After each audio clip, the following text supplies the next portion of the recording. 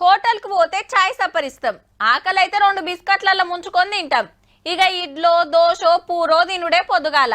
పగటీలైతే చాలా మంది పప్పు భోజనం చేస్తారు. రాత్రిపూట అయితే ఇంత బిర్యానో బగారా బువ్వ నాటుకోడి కూరో ఆర్డర్ ఇస్తారు. ఏ హోటల్ కు పోయినా జరంత అటు ఇటుగా గదే తిండి గవే రుచులు.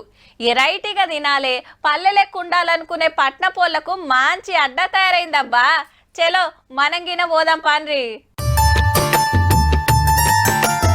మంచిగా అంటల పెట్టుకొని అదోటి ఇదోటి టేస్ట్ చేస్తుంది మంత్రి సీతక్క.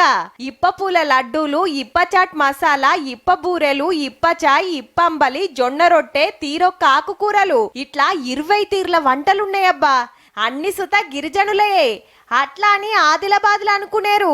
హైదరాబాద్ మాసబ్ ట్యాంక్ కాడున్న గిరిజన సంక్షేమ శాఖ ఆఫీస్ కాడ ట్రైబల్ కేఫ్ చాలు చేసింది మంత్రి మేడం. మ్యూజియం చూడడము, ఆ దేవతలను చూడడం మూలంగా మనల్ని మనము మన చరిత్రను మనము తెలుసుకున్న వాళ్ళం అవుతాం. ఇవేమో గిరిజనుల గుళ్ళు, ప్రకృతి దేవతలంతా ఇడ కొలువైనట్టు. హగో నాగోబ గుడి. ఇక లోపటికి పోతే ట్రైబల్ మ్యూజియం. వెనకట చేతి వృత్తులు ఎట్లా నడిచేటివి, ఏం తినేటోళ్ళు, అప్పటి బతుకు తెరువు ఎట్లుండే, ఆటలేంది పాటలేంది ఇట్లా అన్ని ఎరక చేస్తట్టు గుడిసెల ముంగట మంచి మంచి బొమ్మలు పెట్టిండ్రు.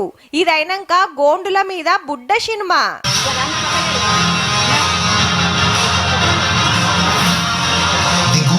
Of Keremeri, Sidam Raju, a reliable informant, told the anthropologist Hemendorf.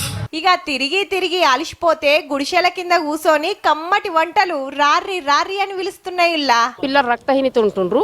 ఈ లడ్డు వలన ఎన్ని న్యూట్రిషన్ వాళ్ళు వచ్చి పరిశోధన చేసిండ్రు. దీన్ని పరిశోధన చేసినప్పుడు వాళ్ళకి తిరిగాం రక్తం ఉంటే మళ్ళీ చేసినాక లడ్డు ఇచ్చినాక మళ్ళీ తిరిగాం రక్తం పెరగడం జరిగింది. పెద్దలకైతే 10 రూపాయలు, స్టూడెంట్స్ అయితే 2 రూపాయల టికెట్.